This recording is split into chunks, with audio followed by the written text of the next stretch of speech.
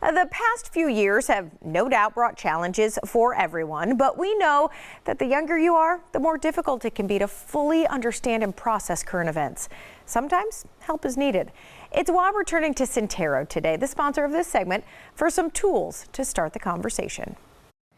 From Syntero today, we have Susan Ortega. She is talking about treating our young people, so important, especially right now. So good to have you on the show, Susan. Thank you. I'm so happy to be here.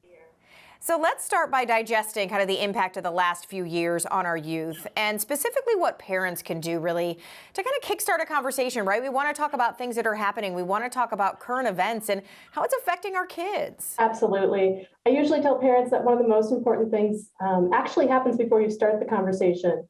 Take a deep breath. You do not have to be the expert in any of these current events. One of the biggest, most important pieces is that young people feel comfortable coming and talking to us and letting us know what they're thinking. They just need to know that you're a safe outlet and that they can come to you with whatever is coming up. Beyond that, I encourage folks to keep it age appropriate. For the younger kiddos, maybe think about limiting some exposure to media and social media. And for those older adolescents who are going to get it however they can, really thinking about helping them learn how to digest it. Take advantage of whatever comes across your way. If they see something on TikTok or the radio or the news, talk about it. Use that as a way to start the conversation. And when it comes to differing views, a lot of times, right, that can feel hard for a kid to maybe come to a parent who they think doesn't see, right, the same side they do. So how do you keep those lines of communication open? Yeah, so it starts early and often. If we are more actively listening to the small things, they're going to be more likely to come to us with the big things. Another important thing is just be available. If you know that your youth tends to hunt around in the kitchen before bedtime for a snack, just be there.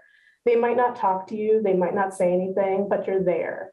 Also using things like the car ride or just cooking together or something like that, it takes the intensity away from it. So that they can feel like they can dive in and say something because they think you might not totally be listening, but you can hear them. Now, if they do come to you with something that you don't understand or you don't agree with, be honest. Let them know, hey, I don't understand exactly what you're talking about, but I want to learn about it together. That's important. Great tips. All right. And then let's now talk about boundaries. So how is it that we can encourage them to kind of set their own boundaries, right? And we want them to protect their mental health. We're trying to keep them as safe as possible. It's hard sometimes for them to see that side, right? Absolutely.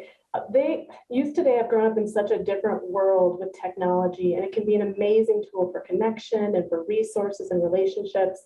It can also create a lot of confusion and distress. A lot of youth think they have to reply immediately when someone texts or chats them, and that can create this fear of missing out. So they feel they have to be tethered to their device. And so really just helping them understand that boundaries are good. And it's going to be whatever works for your family. Some families will say no screen time, no devices during meals. Others will have kind of this charging station. So before bed, everybody plugs it in there and they go back to old school alarm clocks in the bedroom. It's really got to be what works for you and helping them be analytical consumers of social media and media.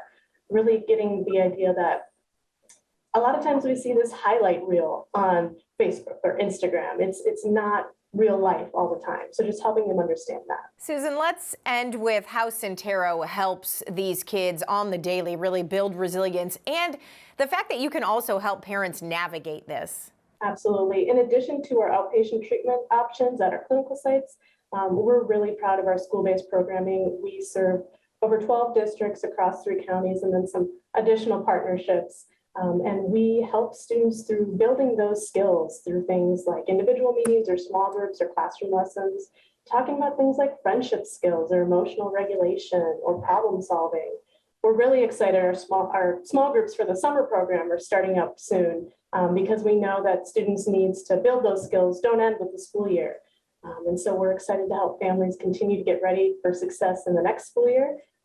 Folks can take advantage of looking at our website for the registration information coming in May.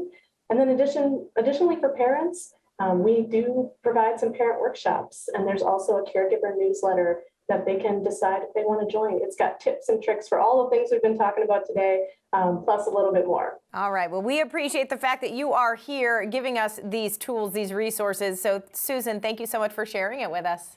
Thank you.